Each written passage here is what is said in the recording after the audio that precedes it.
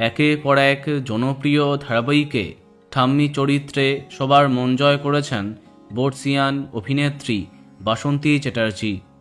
উত্তম কুমার, সুচিত্রা সেনের সাথে কাজ করা এই অভিনেত্রীর বর্তমান বয়স 85 বছর।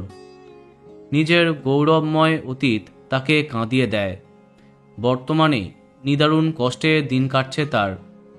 বার্ধক্যজনিত একাধিক সমস্যা থাকলেও শুটিং চালিয়ে যাচ্ছিলেন।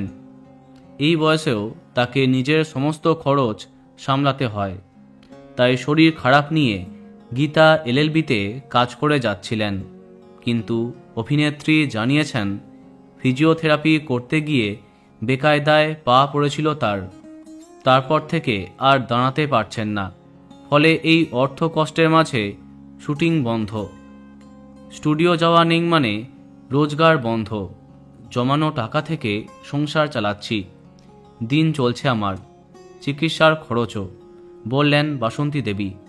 তিনি আরও জানান, ব্লুজ প্রোডাকশনের কর্ণধার স্নেহাশিস তার চিকিৎসার জন্য 90,000 টাকা দিয়েছিলেন।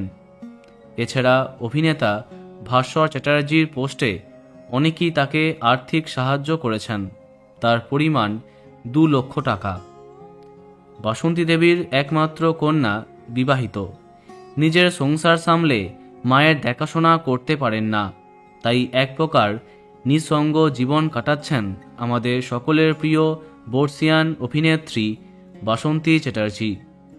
এই মুহূর্তে সুস্থ হবার জন্য দিন গুনছেন তিনি। বন্ধুরা, ভিডিওটি এইটুকুই। বাংলা বিনোদনের অন্যান্য আরও খবর পেতে সাবস্ক্রাইব কারেন্ট বস। ধন্যবাদ।